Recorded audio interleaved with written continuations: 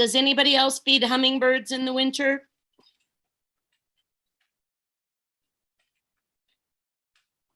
It's my favorite entertainment. We have hummingbirds that stay around all year. Not because I feed them. Megan, I love the haircut. Thank you. Very nice. I was gonna say the same thing. Like it.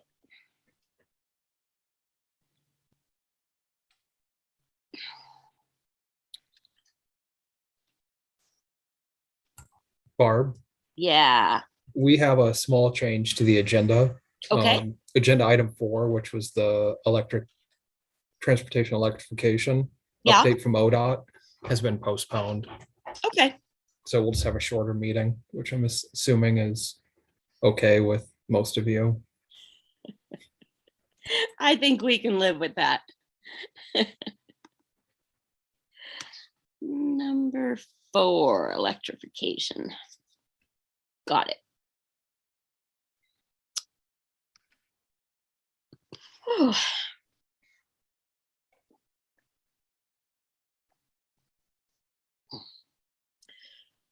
Chris, I see you're there, but I think we're waiting on Phil. Is that correct? Here's Hi, to be the Chris. case. Okay, good. I'm happy to. Oh, There ears we are are. burning. Okay, turn off my camera. Oh, come Go hide. on.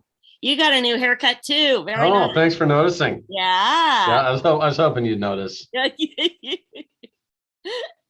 It looks lovely.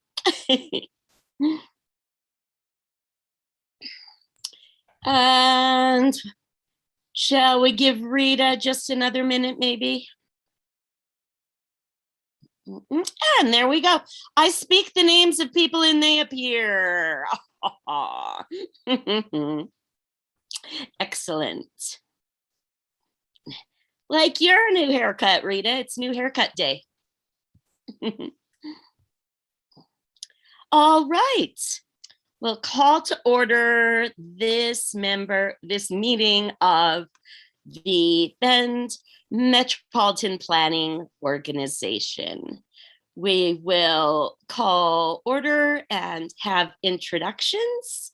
Let's see. Let's start with Megan. Good. What is it? Afternoon. Megan Perkins, Bend City Councilor. Thank you. Good afternoon. Rita? Rita Schenkelberg, they, them pronouns, City Councilor. Thank you. Phil? Phil Chang, present. Thank you. Bob Townsend, we got Bob today? Yep, Bob Townsend, ODOT Area Manager. There you are. Hi, Bob. Thank you. And Hovey, would you like to introduce other folks who are on the call with us today?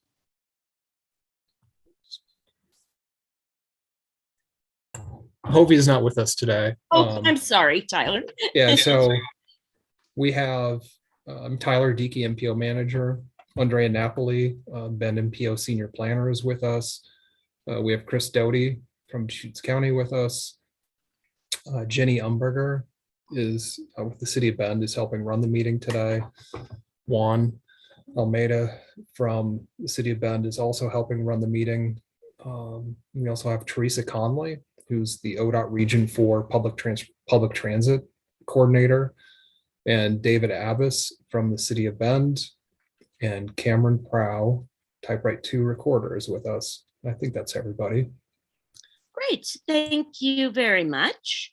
And then Tyler will also go over our virtual meeting guidelines, please.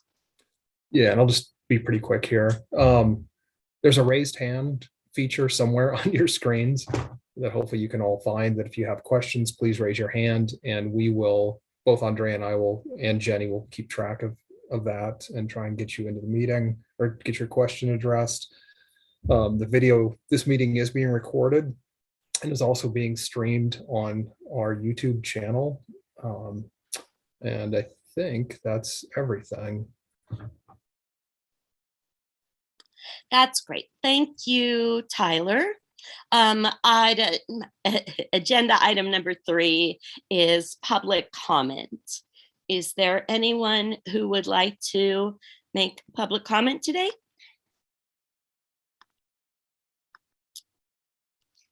I don't see any hands raised. Another minute. All right, thank you. The 4th item on our agenda has been postponed. We'll have that at a later date. And so that brings us to the 5th item on our agenda, which is the minutes. I would be happy to entertain a motion to approve the minutes from the December 14th, 2021 Policy Board meeting. I move approval of the December 14th, 2021 Policy Board draft meeting minutes as presented. Second. Ooh, gonna have to make the call. Uh-oh. We have a motion from Councillor Perkins and a second from Commissioner Chang. It was a close one. And all in favor, please raise your hands. That looks unanimous to me. And thank you. That gets us to item 6, which are MTIP amendments. Andrea Napoli will talk to us about this, and I'm sure she'll tell us remind us all what the MTIP is, if anybody's watching today. Yes, the Metropolitan Transportation Improvement Program.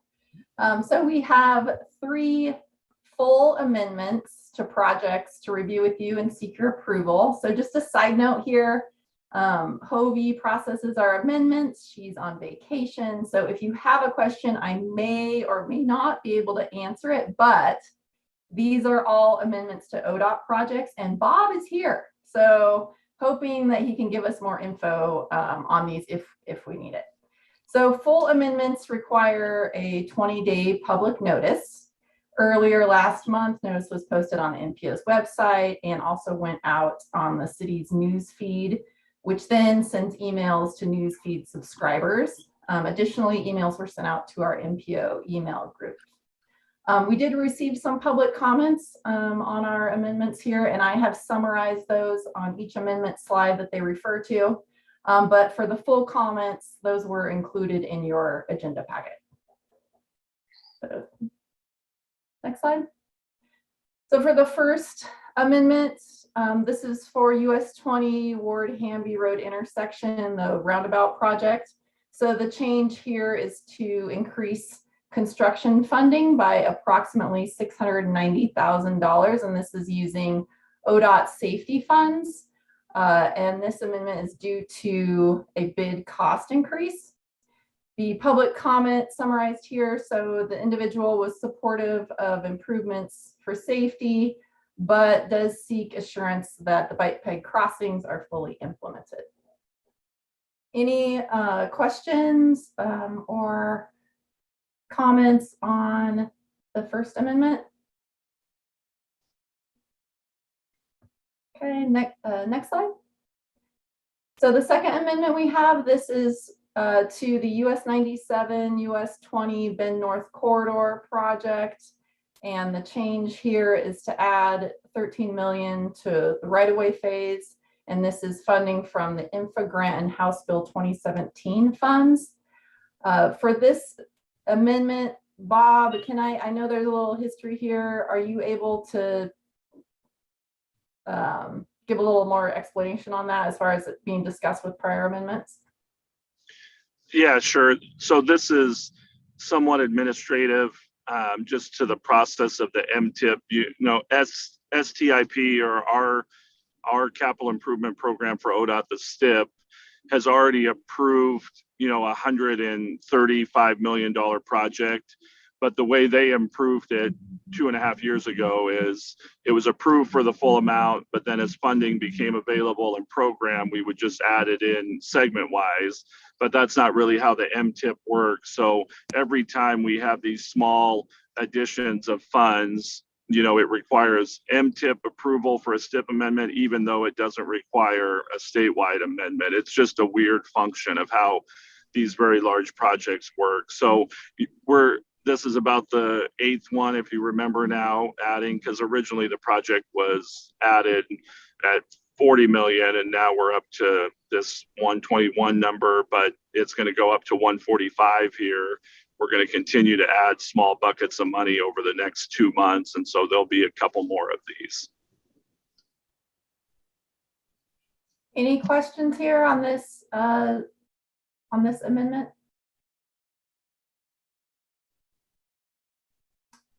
Okay, next slide, Tyler or Jenny. So the third amendment we have is to the US 23rd Street to 15th Street or Greenwood Corridor Improvement Project. And the change here is to add 1.95 million from ODOT, Americans with Disabilities Act funds, for right-of-way engineering and construction. And this is due to increased costs of ADA ramps along the corridor. No public comments were received with this amendment. And I should go back. I don't think I covered the comment for amendment number 2. So for this, the North Corridor, we did receive a public comment. The individual is generally supportive, but does note that bike ped access is still too limited and inadequate, and they provide suggestions. Again, the full comment is included in your agenda packet. Go ahead and go to the amendment number 3, Tyler. Any questions on the US 23rd Street to 15th Street project amendment to add funds? Yeah. Could I ask, please, Bob, maybe Bob has an idea or somebody about, so this is increased cost of ADA ramps. Can anybody tell me more specifically how the costs of just those ramps went up so much? So this is the project that includes the city's $1.5 million contribution as well for sidewalk improvements along 3rd Street. And it's not necessarily, although there's a significant increase in project costs from when we started the project, we really never added the necessary ADA funds to complete all the ramps in the first place. So this is a combination of, certainly the ramp costs have went up and right-of-way costs over the last 2 years from when we originally programmed the project, but a lot of this is just to cover the initial costs as well. Interesting. So ODOT has funds that are separate for ADA projects, apparently. Only for ADA ramps. So as part of the $1 billion settlement for the lawsuit around ADA ramp upgrades, ODOT has shifted some of paving and bridge funds to ADA ramp funds. And so it can only be used for ramps that were included in the settlement. And so that's a common thing right now. We've been adding a lot of ADA funds to different projects around the state. Got it. Thank you. Megan, I see you have your hand up. So this may be a silly question, but the 2 or 3 of these, it says for right of way. Can you explain to me and to be like, what does that actually mean? If you could explain that. Bob, is that specific to purchase? Yeah, it's threefold. Some of it is acquiring new right-of-way at the corners, where we have signals and ADA push buttons, for pedestrian crossings. Sometimes we need to actually buy new property behind the sidewalk, but most of the time, around 75% of it is for the easements, so that when we're building everything, sometimes we need to tear up, if there's a parking lot on the backside, we need to tear up 5 or 10 feet of it to match in the grades correctly and things like that. And so most of the time on ADA projects, it's easements, but there are some corners or quadrants at intersections that require actually new right-of-way acquisition as well.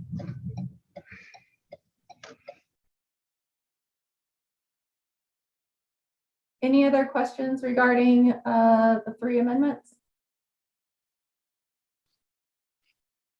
All right, next slide, Tyler. So at this point, we're asking you to consider approval of these amendments if there are any additional comments or questions.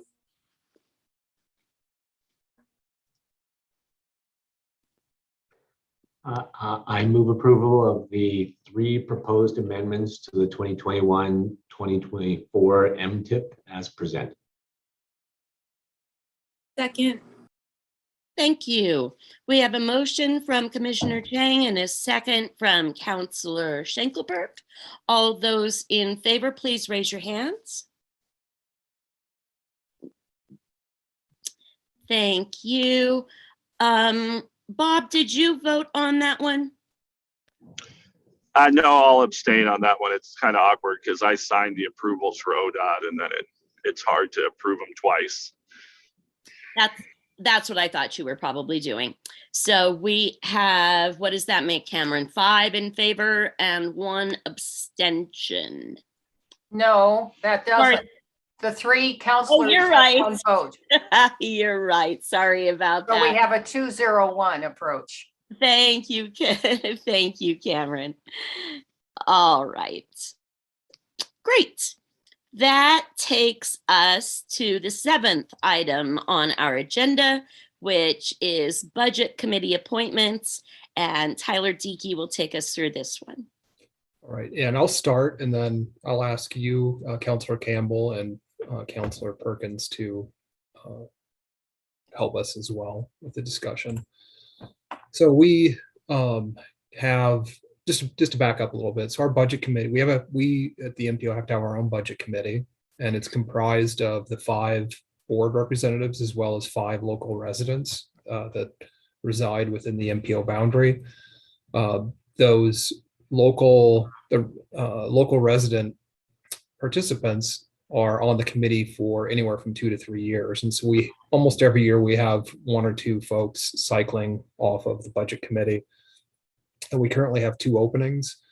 We advertised those open positions from mid-October to December 1st.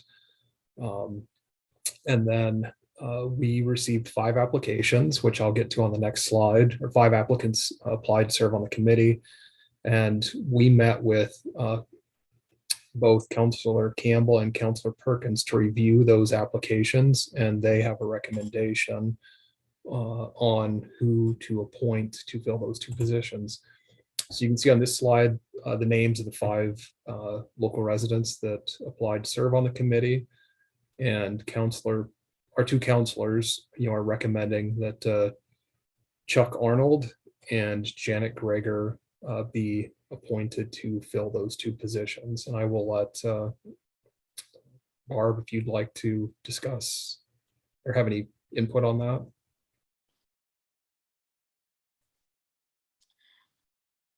Just that we had excellent applications and it wasn't easy to choose, but we have decided, we believe Chuck Arnold and Janet Greger would make excellent additions to our budget committee. Megan, anything you'd like to add? Nope. You said it. Great. All right, so this slide just shows kind of the terms for our our non-board member representatives on that committee. So if there aren't any questions, I think we can seek to vote on appointing 2 new members.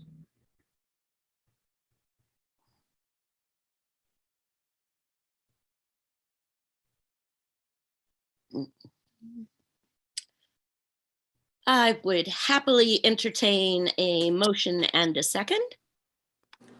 I move to appoint Charles Arnold and Janet Gregor to serve on the MPO Budget Committee. Second. Thank you. We have a motion from Councillor Schinkelberg and a second from Commissioner Chang. All those in favor, please raise your hands.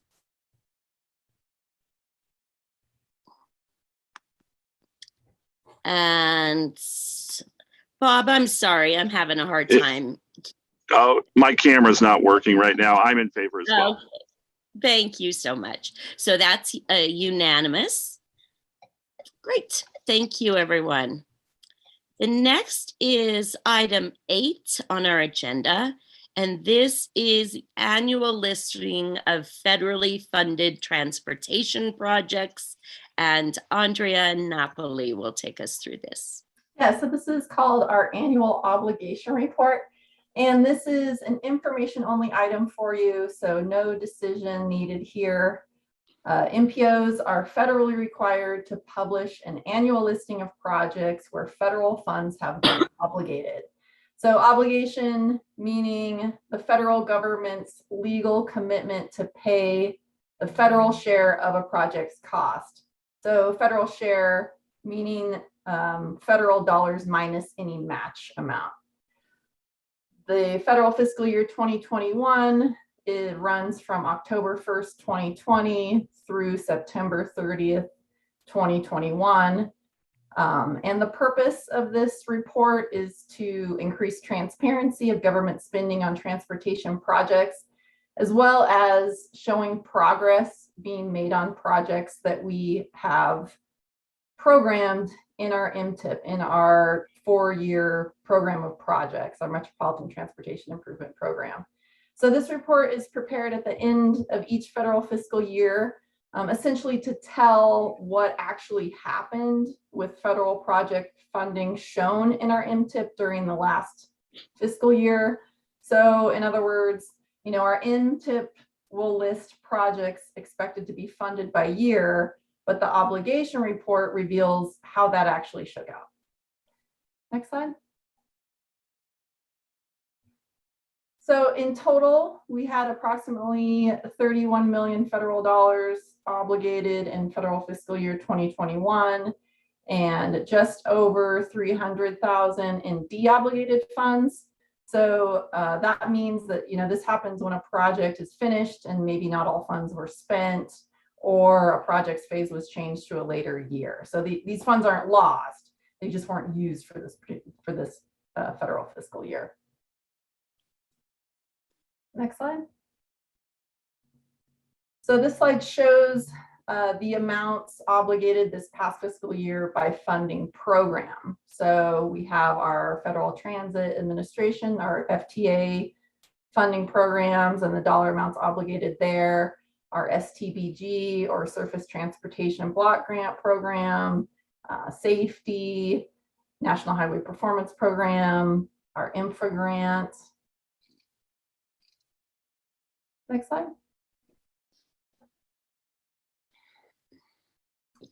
And this shows our top 3 obligated amounts by project for federal fiscal year 2021. So the largest being Bend North Corridor at 14 million, followed by US 20 Bourbon Samples to Greenwood, and then US 20 Tumalo to Cooley Road. Next slide. So our timeline here, October, that ended our federal fiscal year 2021. In November, we created the report, we posted online, and then starting in December, we present to our technical advisory committee and to the policy board. For the full report, that is available on our MPO website if you go to our plans and programs, and you will see our annual obligation report. Any questions on this information item?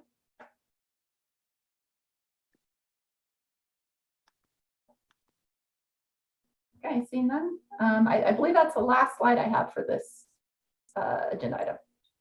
It is. Okay. Thank you. We do not need a motion on that. That was an informational item.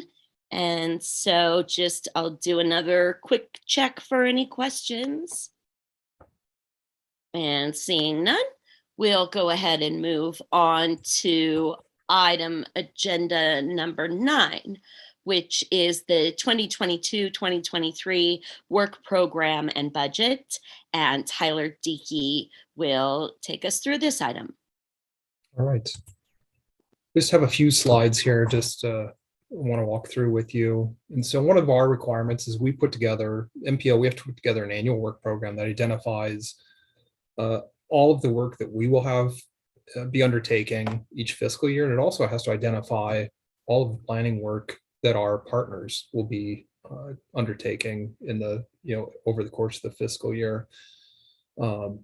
It's something the schedule for us to do that, we actually have our draft. We've been working on our draft for the last month at a staff level. We have to have it submitted. We submitted it to our federal partners last week, I think.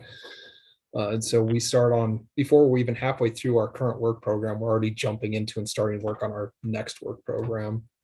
And as stated here, we have to update that document each fiscal year. And so not only does it include all of our expected work, but also our budget information. And I left some slides in here from prior presentations, just background information, because I know we have, with new members on the board, who funds the MPO. The primary sources of funding for us are from the federal government. So the Federal Highway Administration is our biggest funding contributor. We get a little bit of funding from the Federal Transit Administration. And then we also have in-kind or grant funding match from the Oregon Department of Transportation. This slide just shows the historic budget or funding totals that we've received through the MPO. And I think one thing that I would note on here is that you can see our funding from our federal funding, the PL funding and the 5303, those are our two federal funding sources. It's bounced around quite a bit over the last decade. And I think, one thing that we want to point out is that there was a period of time, where we hit a peak funding in 2012, 2013, and then it was stayed below that level all the way until 2021, the 2020 to 2021 fiscal year.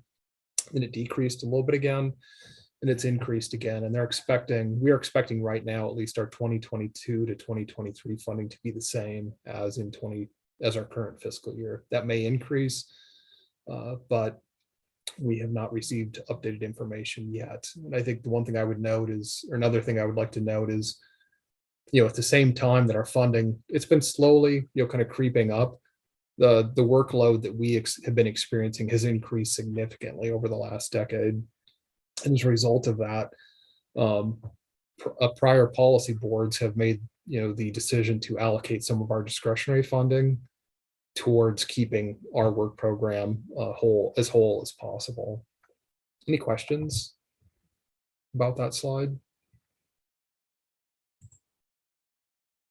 And just a little bit about staffing. So we're 2.8 FTE staffing, so just I'm full-time, as is Hovey, and then Andrea is 0.8, so she works 4 days a week. And this slide just shows kind of how we focus at a high level, how we focus our time, across our days and weeks and over the course of the fiscal year. And this slide just shows the timeline for some of our major tasks. We have, the MPOs were pretty highly regulated in terms of things we have to do. And so this slide shows, some of the things we do annually, things we're doing every 3 to 4 years, and then every 5 years. And so you can see annually, as I mentioned, we update our work program budget, the obligated project report, that document that Andrea just mentioned or walked through.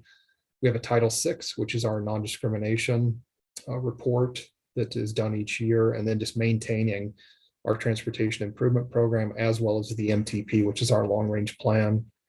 And then every 2 to 4 years, I would say, updates to our public participation plan, our Title VI plan, safety action plan, as well as updating the transportation improvement program. And then the big thing is updating our long range plan on a 5-year cycle. Any questions?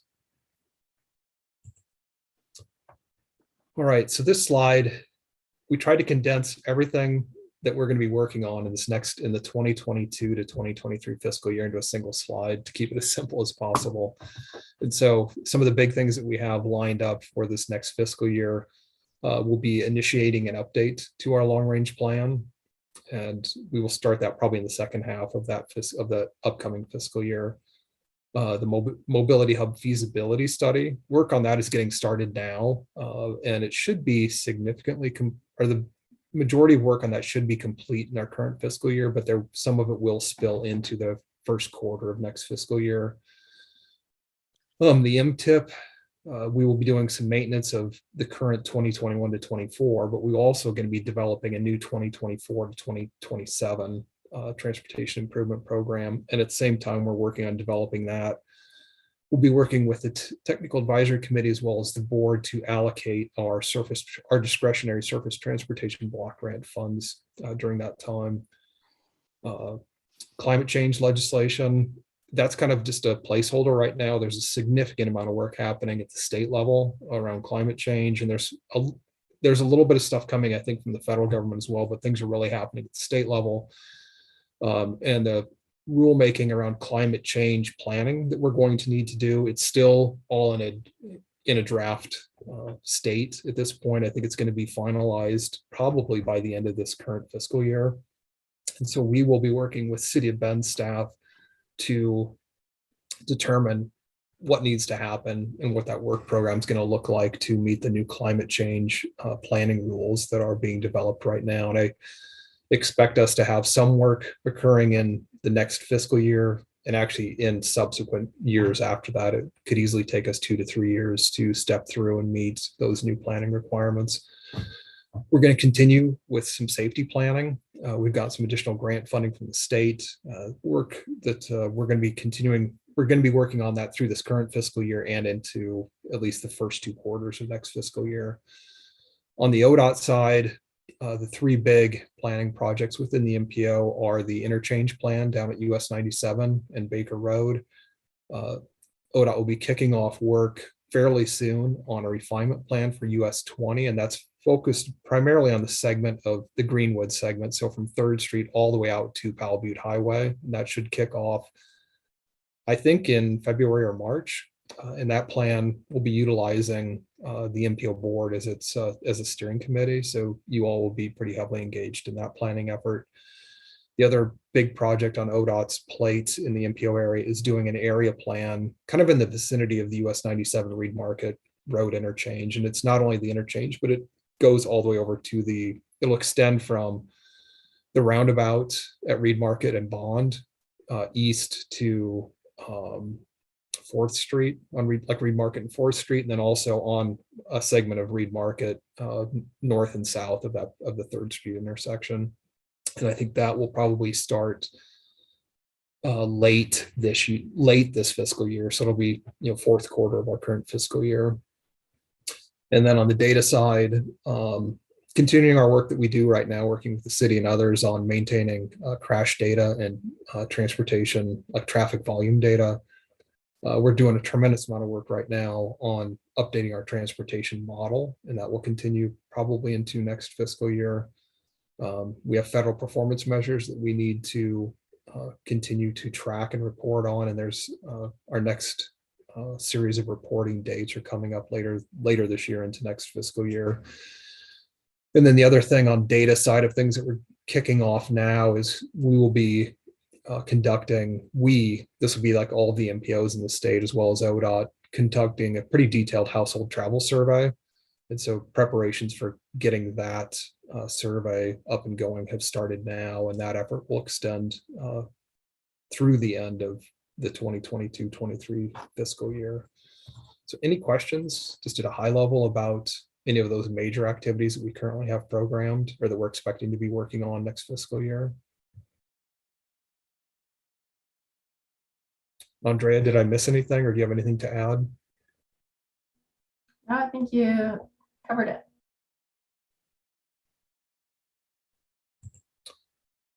All right, and this slide shows our draft budget summary for this next fiscal year. And I highlighted in there, there's a line that says COVID relief funding. Those are the funds that we at the MPO received. It's approximately $1.5 million. And we actually have those, we've received those funds. And so just they're sitting in our bank account essentially at this point. And having those funds in our budget, this is the largest budget the MPO has ever had and probably ever will have, because we don't normally receive funding like that. We usually function as kind of a pass-through entity for those types of federal funds. And so right now they're sitting in our account. They will be sitting in our account going into next fiscal year. And then hopefully we'll have some direction on how those funds will be spent or where they'll be, what project they'll be directed to. And they would then move out of our budget at some point next fiscal year. So any questions about this slide? Yes, Commissioner Chang. Tyler, what are the what are the intended purposes of that COVID relief funding, or kind of what's the scope of work that those dollars are associated with? The way we've received those funds, and Andrea will back me up if I miss anything here, but we can utilize those funds for almost any transportation related project, whether it's planning or an actual construction project within the MPO area. And right now, based on prior discussions that we've had with the board, I think the direction right now is we're waiting on the results of the study that the city is leading, looking at a bicycle and pedestrian undercrossing or overcrossing at the north end that would be associated with the North Corridor, US 97 North Corridor project. City staff is currently leading a feasibility study to look at, creating a bike ped connection from essentially kind of in the Roble 97 area east to the Boyd Acres Neighborhood Association. And the city's looking at, I think, 2 or 3 different locations. There's kind of a bigger area up there where they're looking at where would it make sense to make a connection, number one, and number two, is it even feasible, and what would be the potential cost estimate? And that feasibility study should wrap up in April or May, I think. And city staff will report back to the board, and at that time, then, if it's deemed feasible, I think that, based on prior discussions with the board, that's where we've heard that you would probably want to direct those funds towards that project. And just to note here, we should have for our next board meeting, city staff Rory Rowan giving an update on the progress of that feasibility study.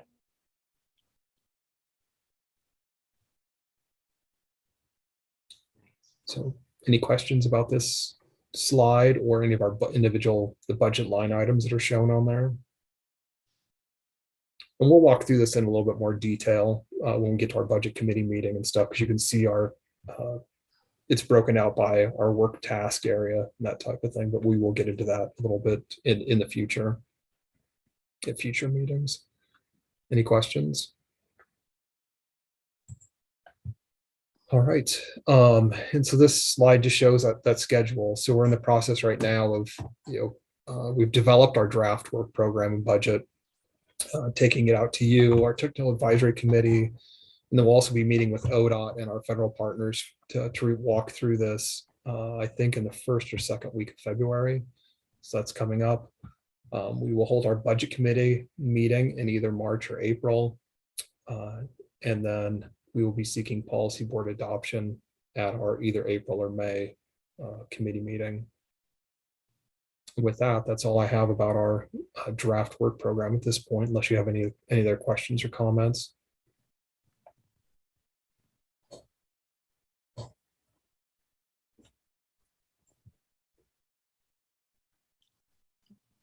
All right. So I'll move to the next item, Barb. Does that sound good? All right, it does. The next item is just listed as other business. Has anyone got? Oh, it looks like I do. I'll let Andrea Yeah. jump in.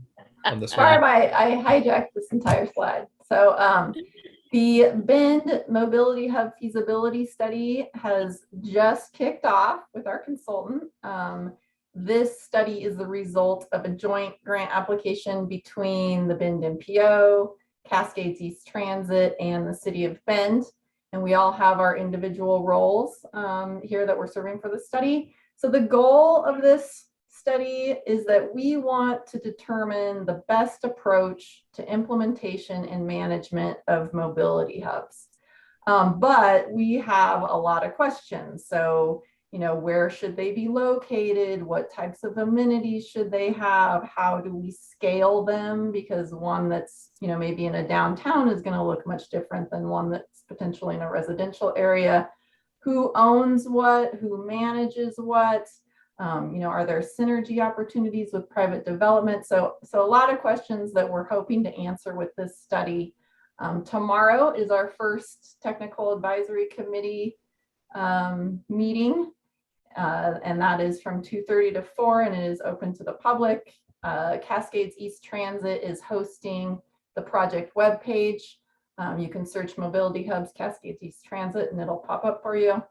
I will be giving an update to the board later in the spring as we do more work on this study. This will be a fairly short project. We're hoping to wrap it up within 7 months. So be completed by July or so.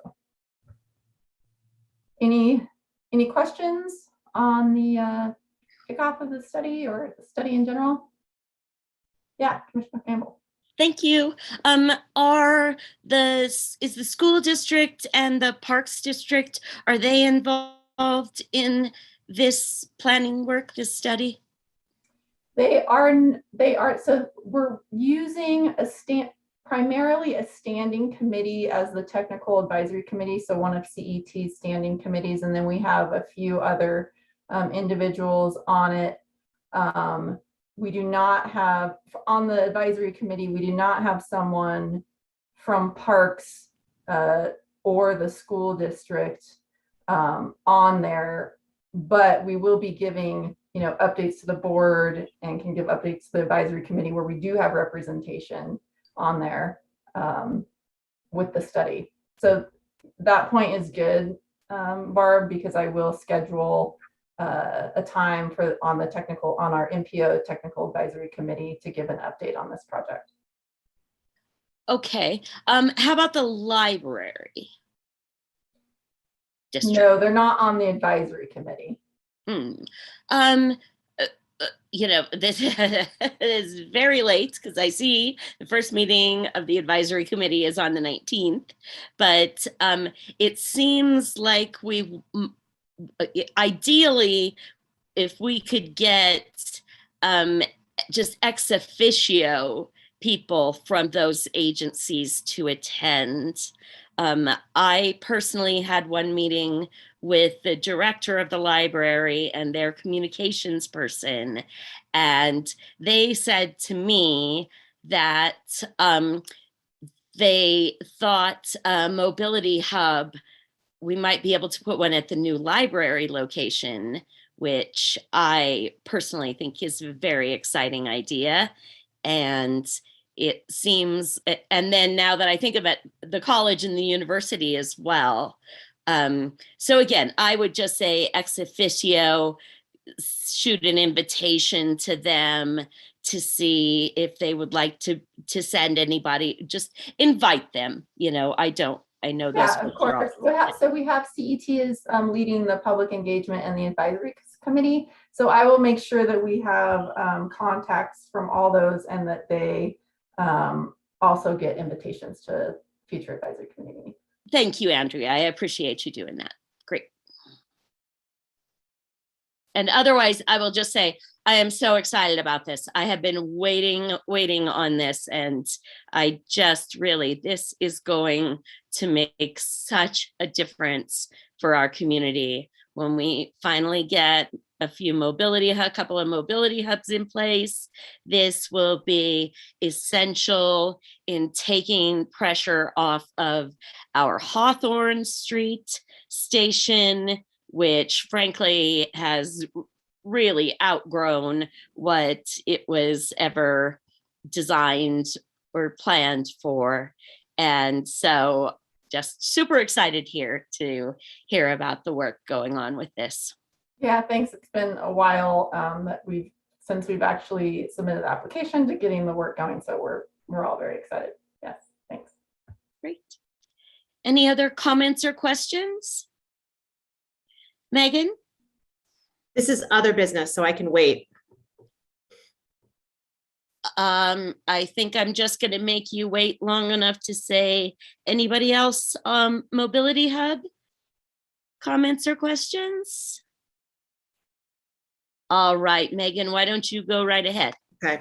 Well, I was just wondering if we could maybe have Toby stop by at one of these meetings to I know that there's been a pretty significant delay in the bike share, just to kind of give us a little update on what he's thinking for the future. You bet. That's a great idea. Yeah, I have been talking with him recently and had asked the same thing. So it is on our radar to have him come to the MPO and give an update on that. Great. Has staff got anything else for other business? No, I don't. Do you, Andrea? I don't. All right. I will just make the comment that anyone can request other business, agenda items, information. Please, if anyone would like anything of that sort, just let myself or Tyler or Andrea or Hovey know, and we will do what we can to either schedule an agenda item on the full meeting, or we can do updates with individual members if individual members have specific questions about anything. But as you have seen with this meeting, always happy to have informational items. Just keep the policy board and the public up to date and help us understand better what all's going on. So that's great. So that brings us to agenda item number 11, which is another opportunity for public comments. Is there anyone that would like to make public comments now? Commissioner Chang had his hand up a moment ago. Oh, I'm sorry, Phil. Have you got something? I did. I did have one item which I wanted to float as a potential topic for us to cover at the MPO. And I'm not sure whether it makes sense to cover it here or somewhere else, but and, you know, as we're all aware, the county is going to be moving ahead with a substantial upgrade of Hunnell Road, the county portion of Hunnell Road. There will be a connection into the city portion of Hunnell Road.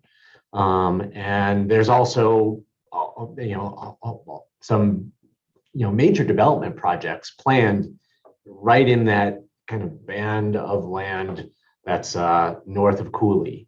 That includes, the couple of blocks of Hunnell Road where there's a substantial unauthorized homeless encampment right now. And it would actually be very helpful for me to understand a little bit better everything that's going to be happening there and on what kind of a timeline. I mean, this is transportation relevant, definitely, because we're talking about roads. I mean, I'm in some ways, I'm more interested in this question so that we can track, well, what kind of pressures there will be to move people who are currently living along Hunnell Road. So maybe if that's more of a homeless services question, it doesn't make sense for us to discuss this here. But maybe if we are trying to just understand everything that's happening in terms of road development in that area, maybe it is appropriate to have that discussion here. I just wanted to float that because I haven't quite been I haven't quite gotten the comprehensive picture anywhere else. Phil, that sounds like a perfectly appropriate thing to me. It's a road that has overlap between the city and the county, as you mentioned, which is, in my mind, exactly what the MPO is here for, is planning projects when they overlap these jurisdictions. And as far as it having to do with services for folks who are homeless, it seems to me like this is the perfect first step. Is we need to understand what the plans are for construction of the road. Tyler, what do you think? Yeah, I think I was just making a note. I mean, I think as I'm hearing, I think there's almost three parts to that discussion. There's what's happening in terms of road upgrades, or road modifications out in that area.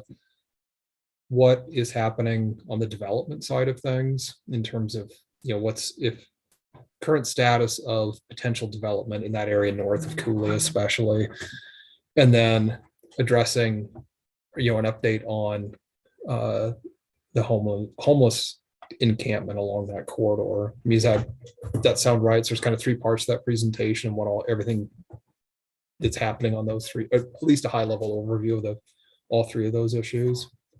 Or maybe just the first two items that you mentioned are squarely MPO, topics, and the third one we can work on better between the city and county after we, get that package of information from the first two items.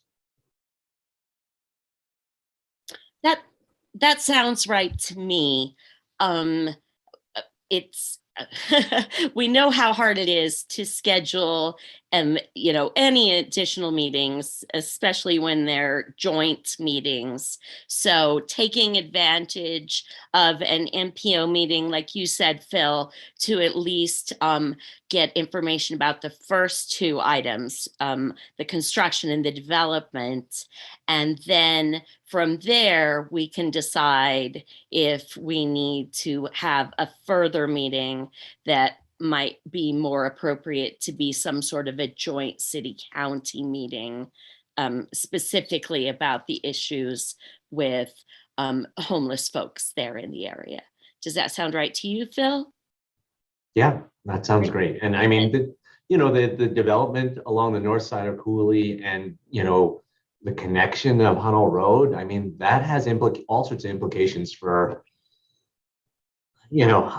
Highway 20, for Right. Highway 97. I mean, it's of interest from a purely transportation perspective as well.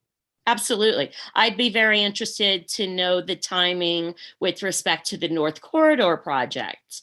If that Hunnell is all completed, that might be a way for people to get around the construction for the North Corridor, which is something that almost keeps me up at night thinking about when that construction starts and how are people going to get around. David, I see you. Yeah. And the county has, tried to ease concerns of people who live along the county Hunnell Road portion, that Hunnell Road is going to become a cut through for people to, basically take an alternate route to Highway 97. So it's okay, I didn't say that. It has nothing to do with the North Corridor, and it will not be so that people can get around anything. Thank you. Right. David? Good afternoon, everybody. Just to chime in real quick, I know there's been some discussions around private development up there. I don't have the details on that, Commissioner Chang, but I can tell you that some of our discussions, and there's a lot of things in the works, as you know, I think around homeless and other options or opportunities.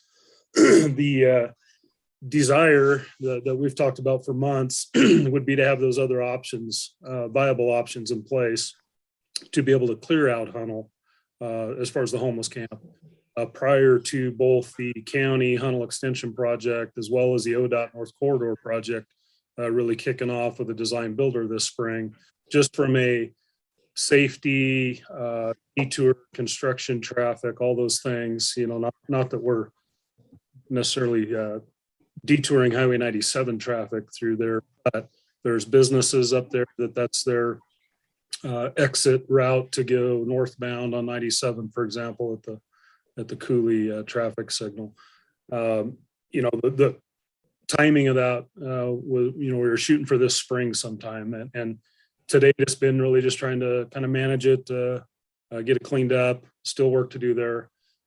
Ultimately, with the extension of Hunnell, and with Hunnell being a collector on our TSP, ultimately it'd be striped with bike lanes and no parking on Hunnell at some point. So more to come. Thank you, David. Barb, can I ask a question? Of course As you a can. Hi, Liz. Visitor? Thanks. Sure.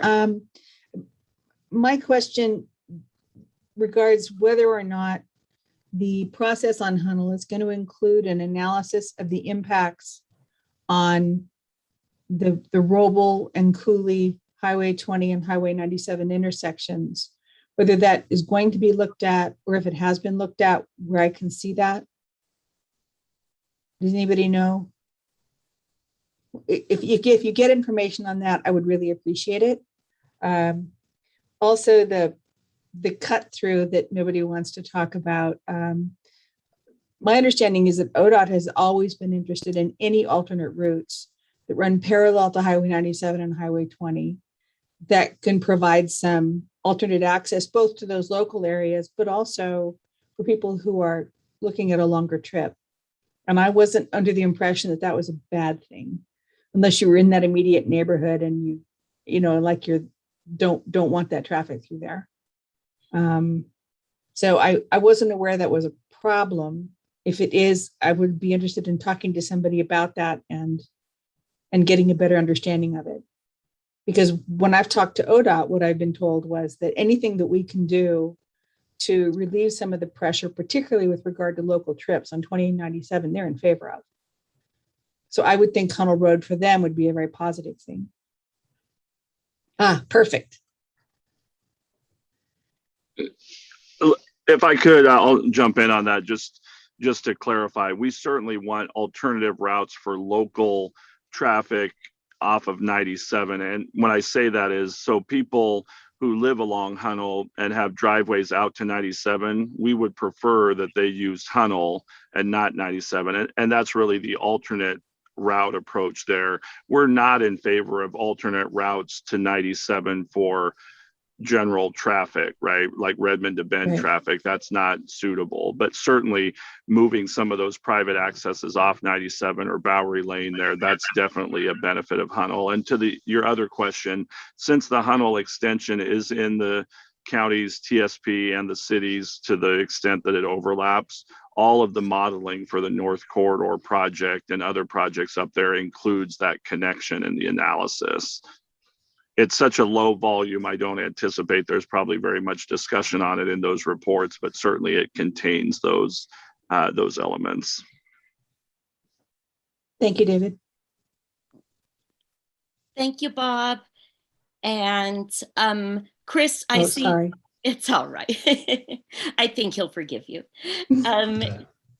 Chris, I see you have your hand up. Oh, Bob jumped in and basically addressed everything probably better than I could have with regards to Hunnell and the county's role in it. Only that it is a collector, and the purpose of a collector is to definitely funnel trips from within kind of a isolated travel shed and distribute those to arterials. And so because of its alignment and connectivity, certainly has the potential to be a cut through a tractor. But we've designed it in a way to hopefully reduce that to sustain the livability along that corridor. That coupled with the improvements of Highway 20 and Old Bend Redmond, the North Corridor improvements, should allow us the ability to have that as a viable route, collector route, but also not an attractive cut through route. It'll be faster for people to get to Bend to Redmond. using Old Bend Redmond Highway and Highway 97. Thank you, Chris. And then Tyler, can you and Liz be in touch? If Liz, did you have, it sounded like you had more of a question than was just answered. Yeah, and if the information is out there and I can just read it, that would be great. I don't want to have people spend time talking about something that they've already worked out. But obviously, my clients who are those malls at the north end there are very interested in how that connectivity is going to work going forward, especially in light of the transportation changes that we expect on 97 and to some degree on 20. Of course. All right. Is there any other public comment? Would anyone like to make any comments or have any questions for us today? I don't see any hands. The next meeting of the MPO Policy Board is scheduled for February 15th from noon to 1:30. And while this is turning out to be a short meeting, the next meeting we might be asking to add extra time onto our next board meeting. And I will let you know that at our next board meeting, we have our election of officers for the policy board for the upcoming year. So if anyone would like to be chair or vice chair, you can be thinking about that, and we'll have that election in the next meeting. Question, Councilor Campbell? Yeah, of course, Tyler. For that February 15th meeting, I mean, we really do need, Okay. well, we have a choice. We either need to extend that meeting to two full hours, or we need to schedule a separate standalone meeting because we're going to be talking about the US 97 Baker Road interchange plan, and that ODOT and their consultant want at least an hour for that presentation discussion with you. And so I think I'd sent an email out a while ago, and it probably just got buried in all of your inboxes. But if we could potentially pin down time for that meeting, that'd be great. I think I had asked, extending it to 2 hours, so we could either add a half an hour at the front end, start at 11:30 or go till 2 p.m. On the 15th, or schedule a standalone meeting. And if we want to do a standalone meeting, then we could send out a poll with some potential dates and times for that. So if those that are on the meeting, that are signed in right now, if we could get some feedback on that, that would help us tremendously. Okay, so how about if the meeting were extended by a half an hour so that it ran from noon until 2 on February 15th? Phil, what do you think? There is a chance that I'm going to be in Washington, D.C. for a National Association of Counties Organizations legislative conference on the 15th. I haven't decided whether I'm going yet. Okay. I had intended to, and then with the Omicron surge, I'm still thinking about it.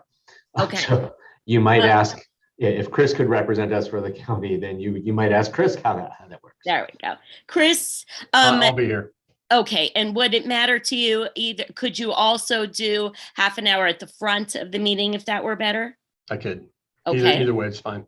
Okay, and then that leaves Megan and Rita. Would you be able to have a meeting extended by a half an hour at the end of the meeting? I need it to be 11:30 instead of 2. How about that, Megan? Would that work for you? Sounds great. I can do that. Okay. Then the next meeting of the Bend Metropolitan Planning Organization will start early. It will start at 11:30 and then we'll end at our regular time, which is 1:30. All right, great. Anybody else? Any comments, questions, wishes for the new year? Good wishes for the new year. We'll just say it that way. And we will call this meeting adjourned. Thank you, everyone. Have a nice afternoon. Thank you.